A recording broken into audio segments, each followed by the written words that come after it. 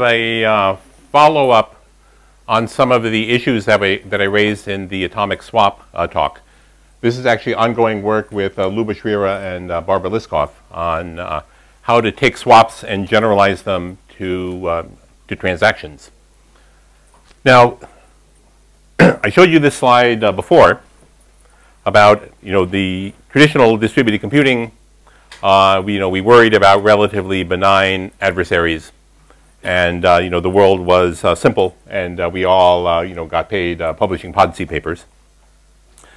The new world is much more hostile, where we're dealing with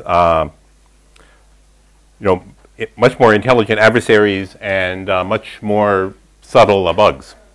By the way, if any of you is Russian, this is an expression of respect, not not bigotry. I know someone always gets offended, but it's funny, so I do it anyway. So what I want to, the purpose of this talk is to go from, take our notions of correctness that we had in the old school and move them into the new world, where we're going to go from a distributed system where basically everyone is running the same code, you can control what people do, to the modern world where we have a collection of mutually suspicious parties who want to cooperate for mutual gain, but they don't trust each other, and you can't enforce any rules. You can create incentives for the parties to behave, but you can't assume that they're going to do anything unless it's in their interest to do so. And doing this requires rethinking of what we mean when we talk about atomicity, correctness, all or nothing. All of the kind of classical properties become strangely transformed when we move into this adversarial game theoretic world. And particularly ideas like linearizability and atomicity and the acid properties of transactions. How many people have heard of the acid properties of transactions? I'm going to cover it, but I just want to know the velocity at which I can explain this. They changed it to something else. And so what I'm going to propose is you should not accept this, as if it were, written on stone, because these are very new ideas. They're kind of controversial. Some of our original ideas turned out to be unsatisfactory, so we had to change things in counterintuitive ways. So if you disagree or you have other ideas, then unless you're Ellie, you should speak up. Where is he, by the way? Okay, you've seen this example before. So here we have Carol with her Cadillac. She wants Bitcoin. Alice has the altcoin. She wants a Cadillac. Bob is willing to do the exchange. We have our three-way swap. What's the role of Bob exchanges the money. Why can't they exchange directly? Because Carol wants Bitcoin, and Alice doesn't have any Bitcoin. And so, she won't, she just doesn't want to sell her, I want to sell you my car for euros, and all you have are shekels. You've got to get euros somewhere if you want to do business. Yeah, but then I do it for independent transaction. I don't need to. So the way that, there are a couple of ways to do things. In classical distributed computing, what we have is we want to deal with things like crash failures and lost messages, not so much with Byzantine. And the way you typically deal with this is you have a trusted central coordinator. This is how two-phase commit and all of the distributed transactions work. And so the way you would do this transaction if we were in a classical database world is we would have our central coordinator. We have, this is our model of computation. This is our central coordinator. These are our participants. And the coordinator says, lock your assets. That's the prepare phase of the two-phase commit protocol. So everybody then puts a lock on their assets. So they say, okay, so these things are frozen at this point. Prepare your transfers. So at this point, what everyone does is they record their changes on stable storage. This is, the second part of the classical two-phase commit protocol. And this guarantees that if they crash, at least the record of the transaction is still there. So this means that there's no, at this point, there's no window of vulnerability where somebody's going to end up losing. Everybody sends back an acknowledgement saying, okay, I'm prepared. The transaction can go either way. I've written a message, left it under a rock, so that if I pass out and recover, then I know what happened, because everything is recorded in the stable database. And then the central coordinator says, okay, commit, because I got positive acknowledgments from everyone. So it says, okay, now you can release, you can commit the transaction, make the changes permanent, or reveal them to the outside world. This is how two-phase commit works in real life.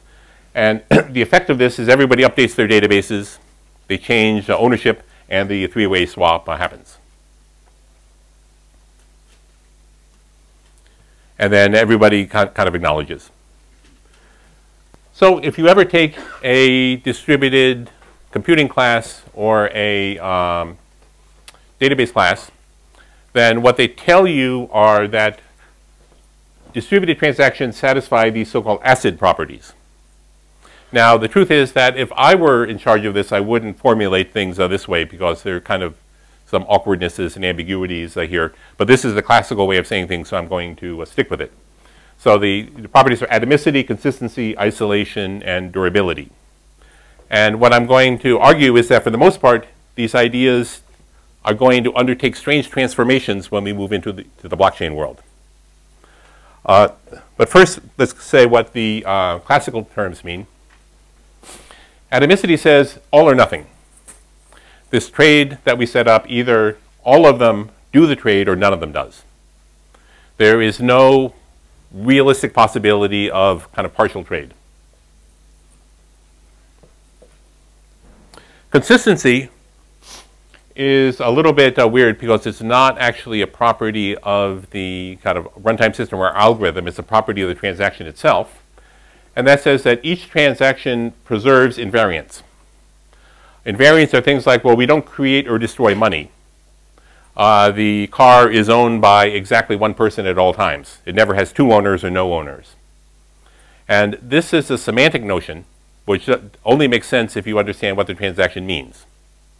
It's not something that is enforced by the runtime system, by our algorithms. We kind of assume that this happens, and we assume that whoever writes the transaction has enough sense to do this.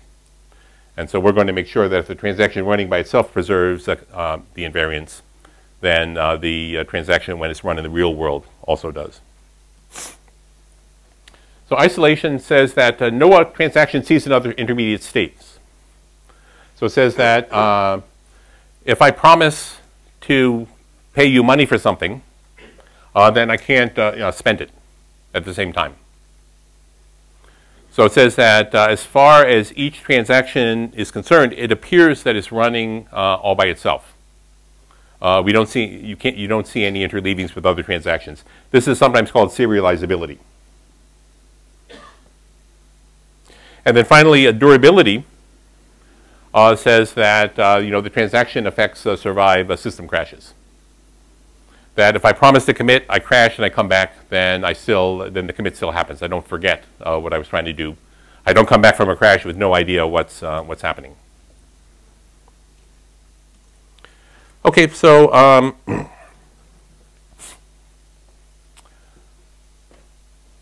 now what I want to do is I want to take those notions and bring them forward into this kind of blockchain world, where instead of our cute little adversary that deals with crashes and delayed messages, we have a kind of a Byzantine adversary. And again, we're going to do this model where even the honest processes are willing to cheat if they have an advantage to do so. The honest processes can't assume that everyone else is rational. So you need to be protected not just against other rational players who are trying to cheat you. you have to be protected against crazy players who are going to do nonsensical things with the intent of injuring you, even if they injure themselves. So given that very harsh adversarial model, we want to look at what happens when we move into the blockchain and smart contract world. So, you've seen this slide before. You'll probably see it again. Blockchain is a distributed ledger. Again, append-only list of events.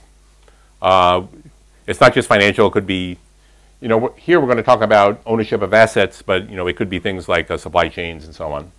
Everyone agrees on the content, and for our purpose, it's tamper-proof. Smart contracts, again, not contracts and not smart, but, we're going to use them. Can you go back one?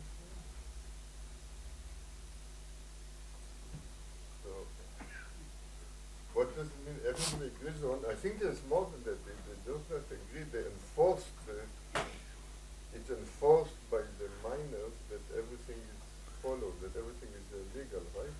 Yeah. There's something more that I'm not sure what you're saying. Well, there is something more, which is, the miners only put things on the blockchain that belong on the blockchain. But that follow the rules. Yeah, that follows the rules. But everyone sort of agrees that, So in principle, there is some activity in the blockchain that they really enforce the fulfillment of the correctness of it. Well, you could have nonsensical things on the blockchain, but everyone would ignore them because everyone agrees on the rules. So you could post a double spending transaction and everyone ignores the second one, because that's it. So they're being ignored. So the miners. Well, everyone agrees on the rules for interpreting the contracts. I think that's the. Enforce the sensible contract. They will not allow double spending, and they will not allow all kinds. They will. But the double spending, ultimately the double spending is enforced not by the blockchain itself. The blockchain should throw out double spending as an efficiency matter, right. But ultimately it's the fact that everyone knows what the rules are. So there's much more inside. Everyone agrees on the content. It's really if there wasn't more, that could stop at this slide.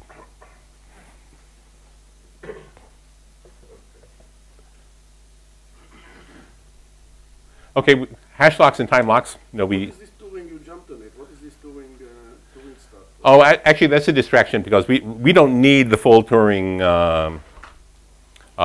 completeness because we're executing very stylized contracts.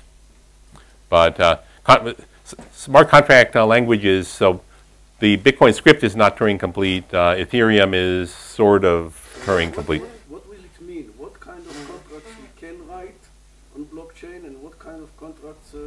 Why we don't need the lawyers anymore? Why everything will be contracts on blockchain? What is this Turing complete?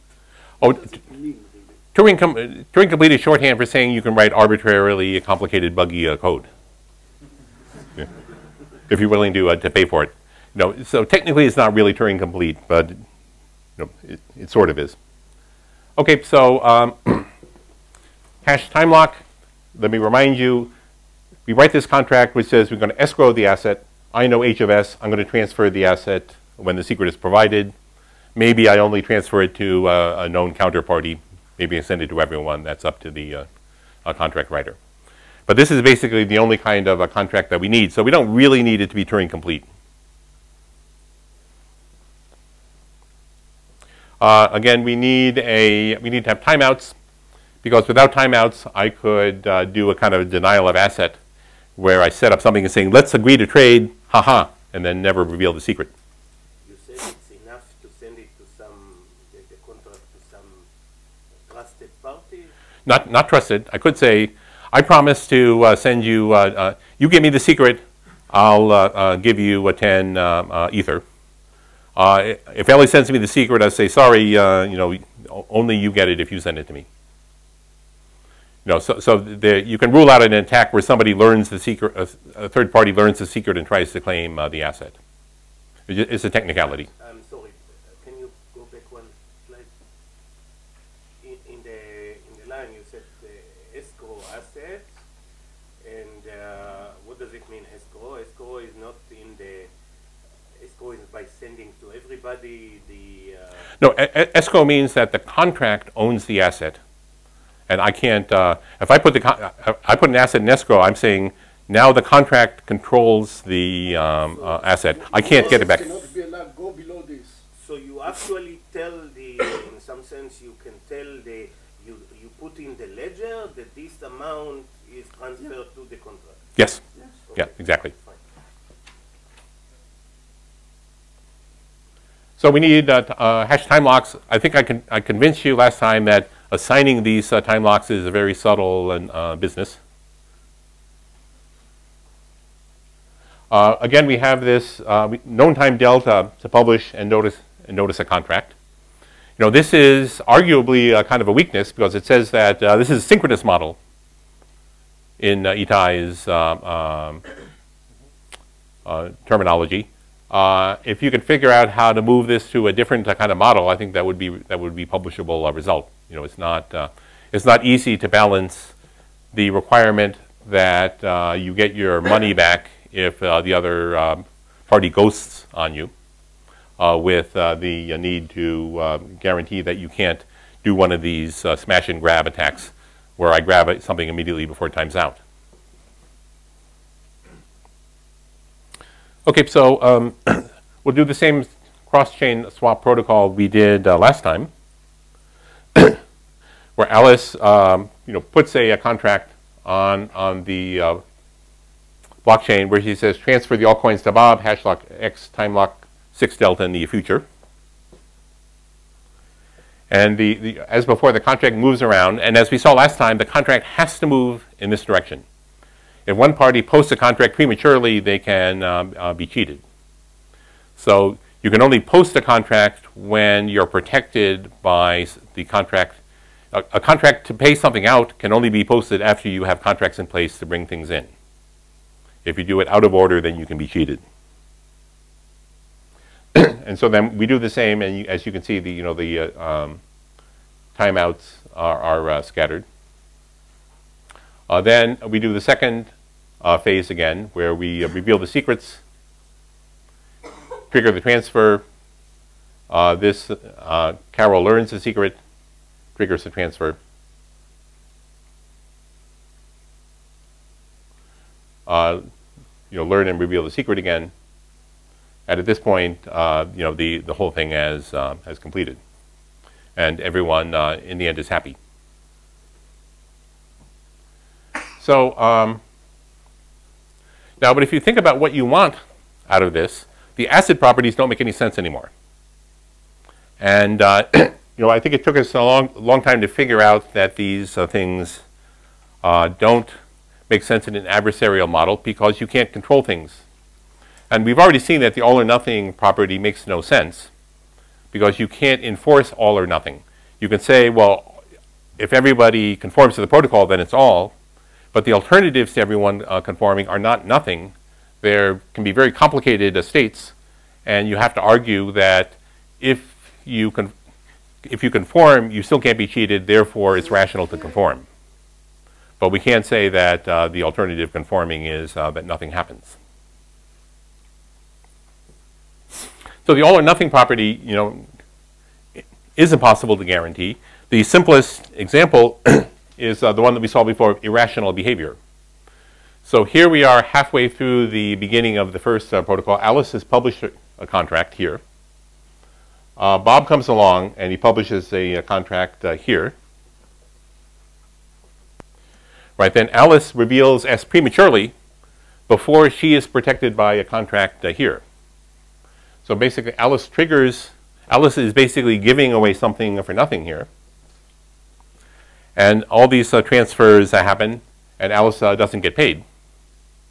And again, this is Alice's fault.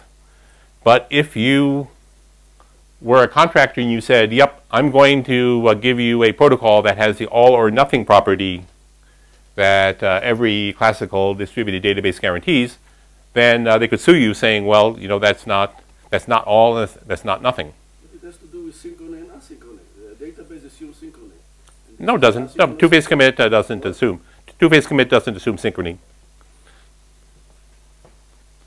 No, this is, it's a matter of kind of control or not control. Two-phase commit, you assume that everyone, there are no Byzantine players. You assume that everyone is sort of controlled by the same company or something like that. But but this shows that and this is not a technicality, because it says that if things go wrong, you can end up in very complicated states. And if things go, there is no way you can guarantee the classical all or nothing property. So what property do you want to guarantee? So we If you say it's impossible, you mean it's impossible with this technique? No, it's impossible in principle, because I can't. If you and I have a swap set up, I can't force you to behave rationally. If we do a swap and you hand me your asset and I put it in my pocket and walk off, I can't prevent that. I mean, there's no reason you would do that, but I don't know what you might be buggy, you might have ulterior motives or whatever. In a two-phase commit, I can guarantee that that doesn't happen, because the model just says that people don't behave irrationally. But because I have no control, I can set incentives, but I can't force you to do anything. Whereas in classical model, I can kind of force, the assumptions are very restrictive, and we assume that crazy behavior doesn't happen.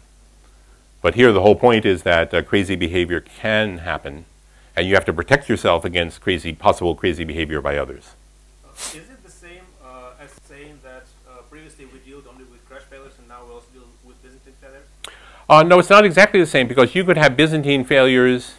No, it's pretty close. I mean, the sense of makes sense or not makes sense, rational versus irrational, it's a subjective measure. No, it's not. Rational versus irrational is still an objective measure if you have a kind of a ranking on the payoffs. But ranking is Yeah, yeah.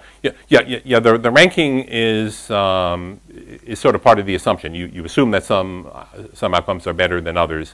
I can make ridiculous assumptions and you can say that's not realistic, or I can make assumptions and you say, yeah, that pretty much matches. We can't fully model the out-of-protocol interactions. I can hand you cash and you promise me to do something inside the protocol, which will seem irrational inside the protocol, but the protocol doesn't know about me handing you cash. Yeah. So that's sort of out of a model. So I'm assuming here that that the in-protocol exchanges are the only incentives that you have, and any. I would model cash outside as seemingly irrational behavior. So if somebody bribes you to walk away from a deal with me, then inside our model, that's irrational behavior, even though, that just means they don't know your objective function. This is why, like Aviv said, you can't quite model the Lightning Network here, because Lightning Network involves kind of transfers that aren't usually in their model. Byzantine assumes that if you're honest, you're kind of dumb and you do the right thing no matter what. If you're Byzantine, you can do anything. But here, this is a little bit more like a rational model. So everybody can cheat if they have an incentive to do so. We don't need to restrict ourselves to 1/3. So our model is that everybody, if I conform to the protocol, then I want to guarantee that I'm no worse off. Everyone else who conforms to the protocol is no worse off, so they have an incentive to behave. If some subset behave irrationally because maybe they've been bribed or they're evil or crazy or something, then I'm still protected against that. So it's not exactly, it's different philosophically than the Byzantine model. So, as before, we want to guarantee that if everybody conforms, then all of the swaps take place. So that the deal is done. That's kind of the minimal thing you want. If the deal doesn't happen under normal circumstances, then what's the point? Again, if some parties deviate, then no conforming party is worse off. So the secret deviator from the protocol can't cheat the others. They might be able to somehow they might be able to gain themselves, but they can't make the others worse off. So, I was interested. Maybe another interesting property could be that whoever is deviating from the protocol is not getting better off, because they might, if they do get better off, they might be performance. Well, that's sort of covered. If we can't, that's hard to enforce. So really, all that I care, I'm an honest party. All I care about is that I don't get cheated. I don't care if somebody else manages to cheat another party. So I don't care whether the deviating parties are punished or not. All I care is that I don't end up losing. Now it turns out that since it's a zero-sum game, if some deviating party does better, somebody else has to do worse. So the one deviating party can do well by cheating another deviating party, and that's fine with me. So forcing every deviating party to lose is a much stronger bar. All I want is to make sure that the conforming parties are protected.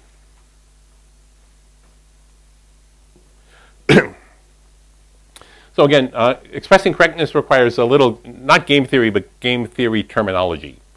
Again, there is no, everything here is cookbook game theory, the same way everything here is cookbook crypto.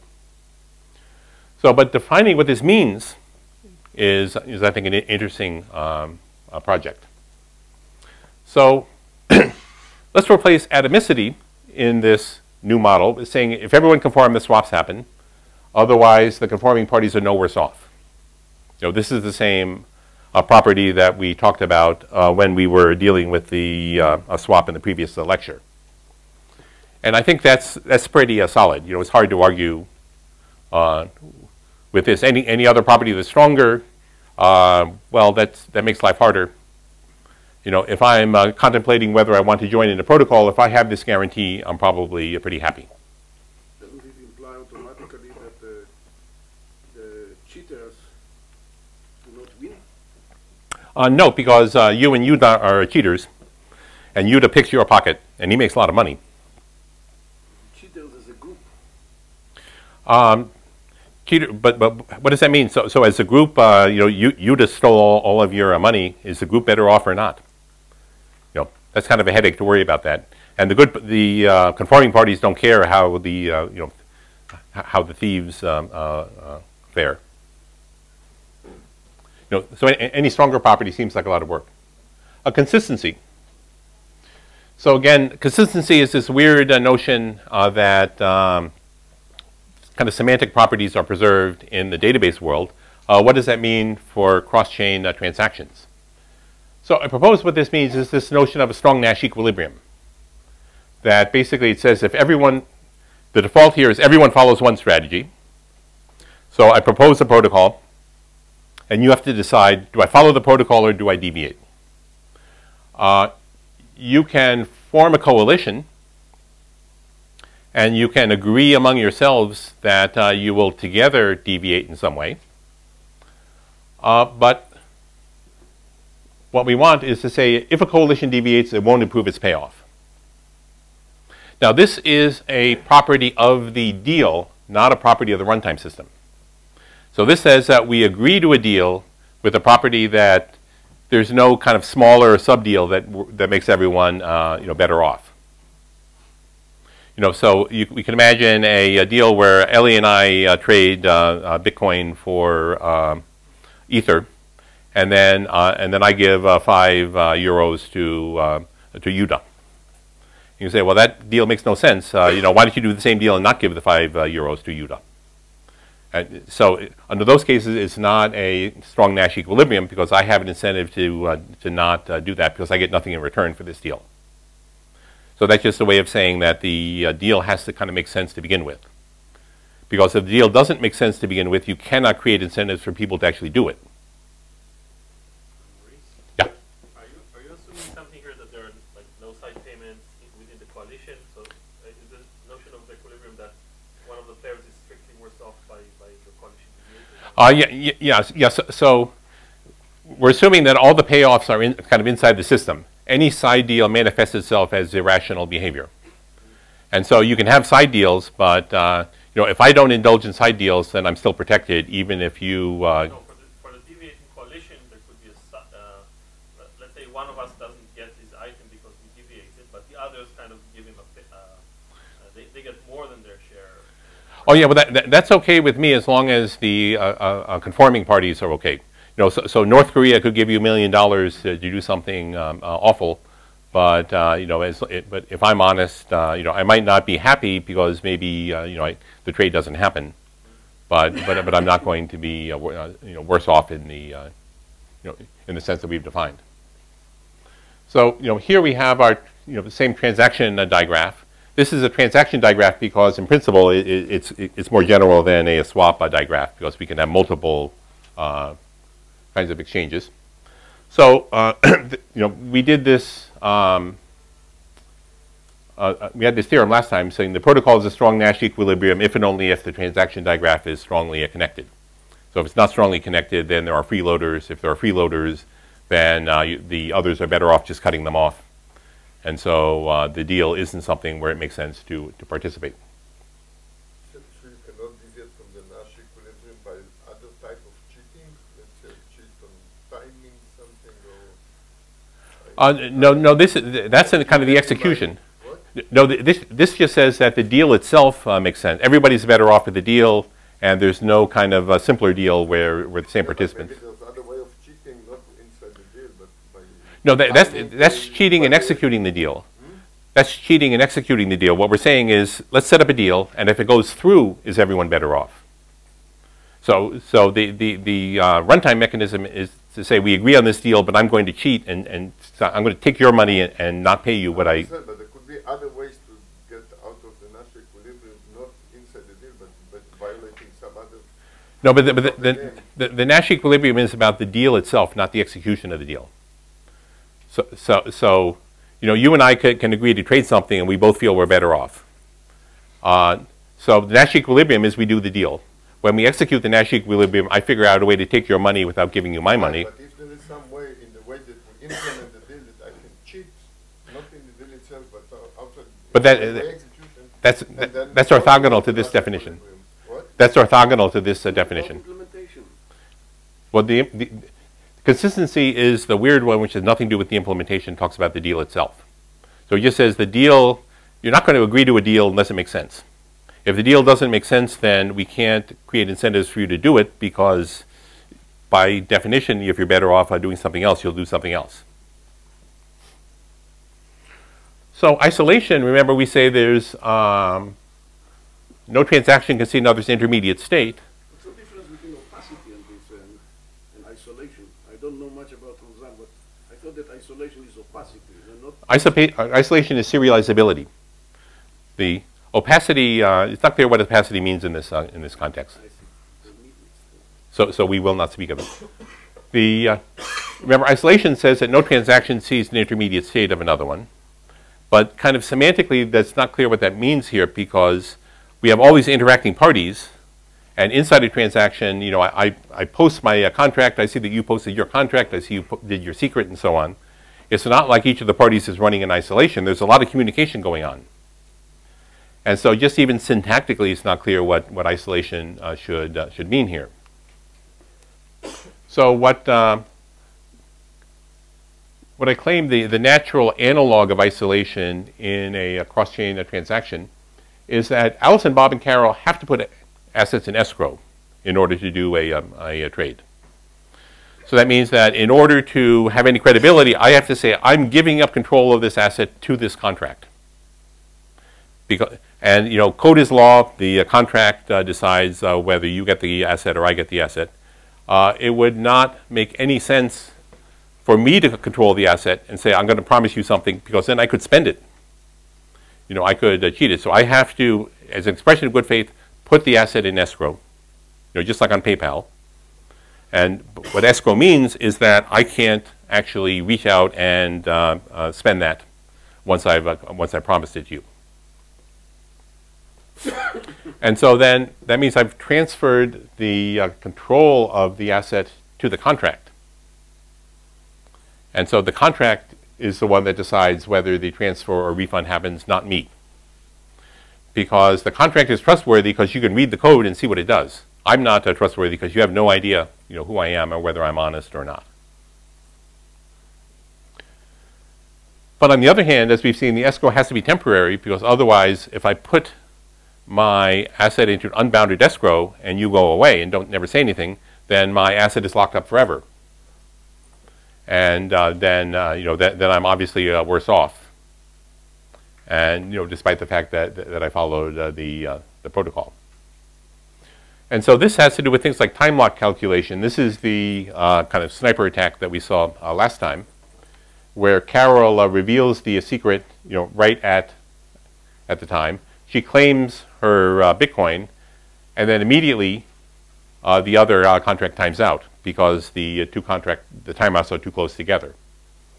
And then Bob is cheated because Alice has to trigger the contract at the very last instant of time in such a way that Bob does not have time to react, pick up the secret, and take it to the other contract.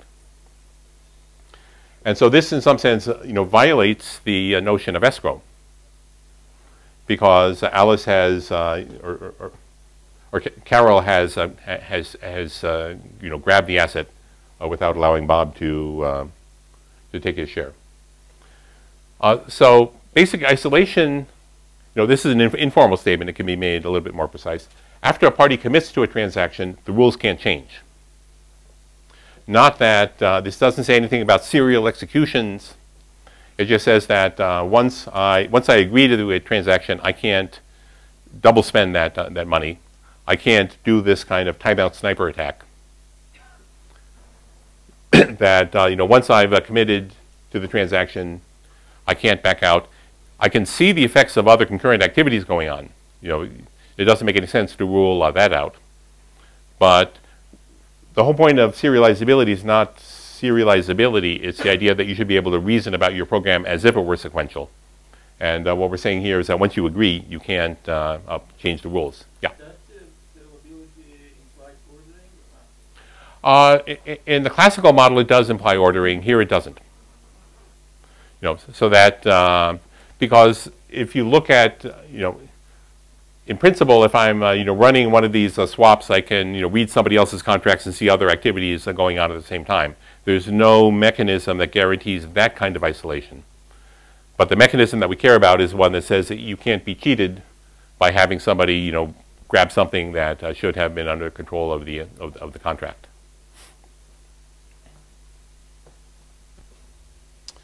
Okay, then durability is kind of the least interesting one because it's pretty much the same in both models.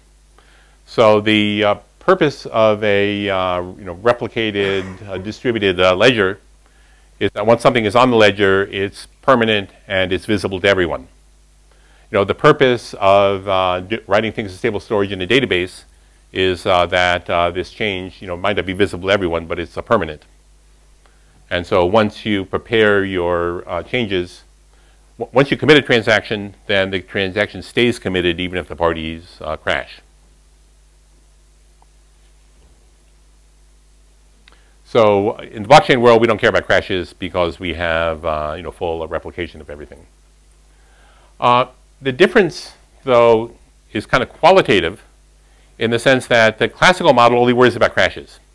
Here, the durability of a blockchain is set up not because we're worried about crashes, it's because we're worried about government censorship, or we're worried about hackers doing denial of service, we're worried about tampering, we're worried about natural disasters. So in some sense, the motivation for durability and the kind of challenges that the durability has to meet are much more sophisticated than simply writing a backup to an Oracle database. What do you mean by tampering in this context? Oh, tampering. I mean, all this Merkle stuff. Going back and trying to rewrite a transaction in the past. But if it's committed to the blockchain, it's virtually impossible because of the proof of work. Oh yeah, but that's what I mean here. Is the blockchain exists in order to prevent that kind of tampering. The blockchain also exists to prevent censorship by government, censorship by angry Reddit groups. And natural disasters.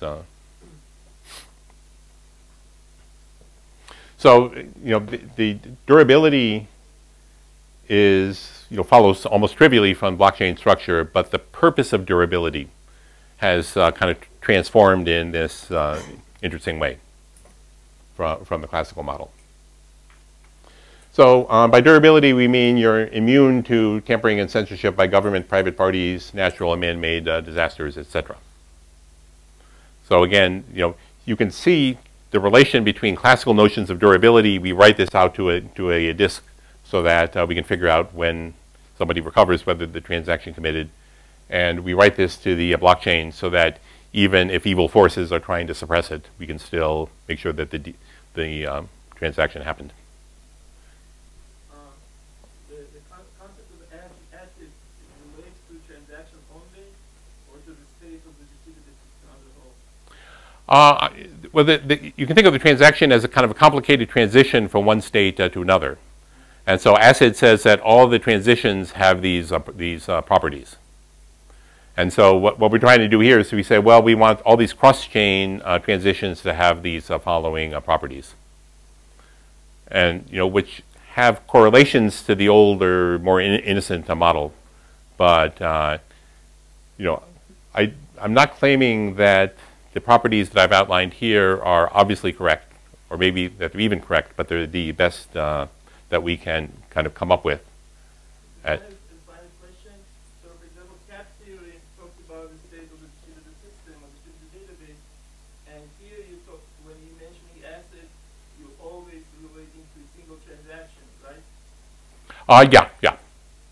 Yeah. And so, of course, you want to guarantee that if there are concurrent transactions going on, then they don't interfere with each other. But that's what the escrow does.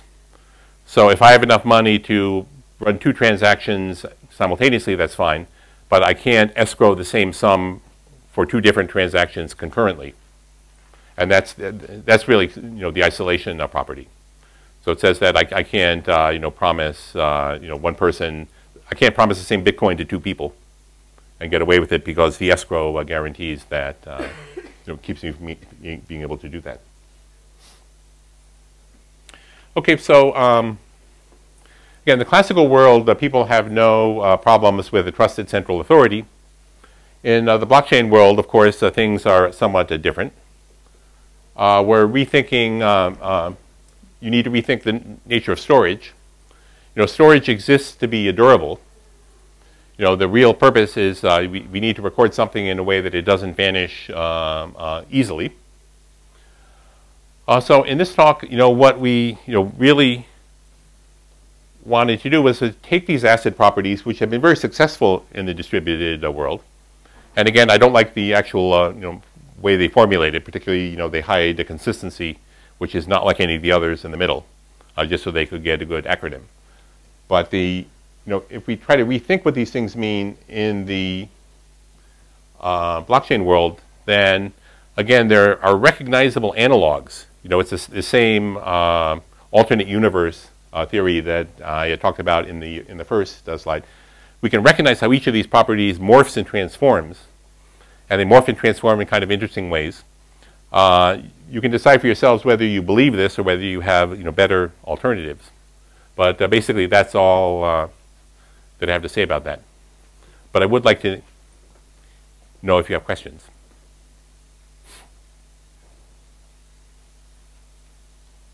Surely somebody must be offended or puzzled.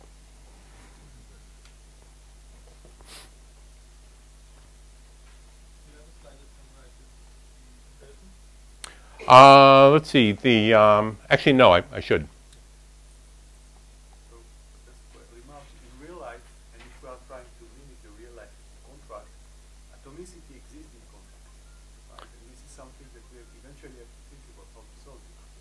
Sometimes you really want the real atomicity that we know from the distributed system. I'm bringing all the assets to a trusted third party, and the contract happens, either everything happens or nothing happens, right? And this is something that so on a single chain, atomicity is not too hard because you can always throw and things get rolled back.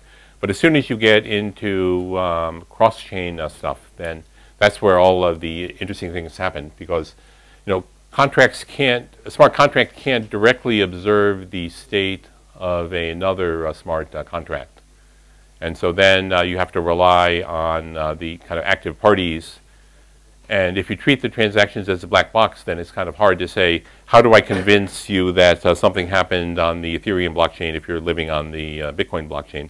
That's where the hash locks come in. And there are alternatives to hash locks, but some of them are a little bit imprecise. Okay, so I think we have. You in the picture. Maybe one question. When, let's say you take Ethereum and Bitcoin, so they have different block, like delta between the blocks, and actually, and lock time is the number of blocks. What if, like, if the blocks deviate? Actually, it's a question for the presentation earlier.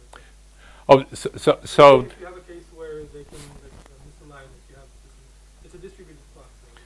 So. yes. So this choice of delta, is the choice of delta has to be big enough so that even the slowest works even for the slowest blockchain under plausible denial of service attacks, under plausible imprecision about time. So that is this synchronous assumption is kind of it's a controversial assumption, and if we knew how to get rid of that, then we would. So all of these attacks and so on, I can always answer them by saying, "Yep, pick a bigger delta," and if you don't like it, that's too bad. but yeah, so that also takes into account things like finality. So a delta has if I don't believe something that's not buried 6 deep, then the delta has to be how long it takes for something to show up 6 deep. There's a lot of assumptions hidden under that. There are a lot of implications behind that timing assumption. Okay, so I guess we're. What are we doing next?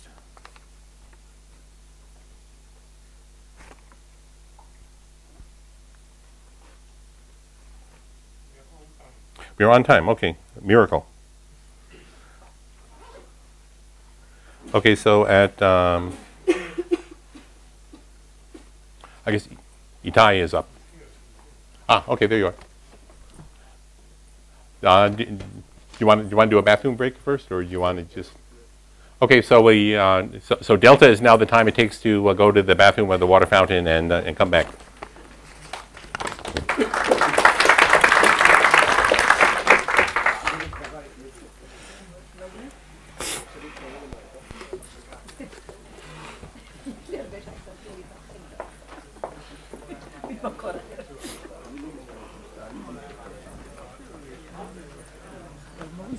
אוי, בלבלת את כולם עם פידבק סט.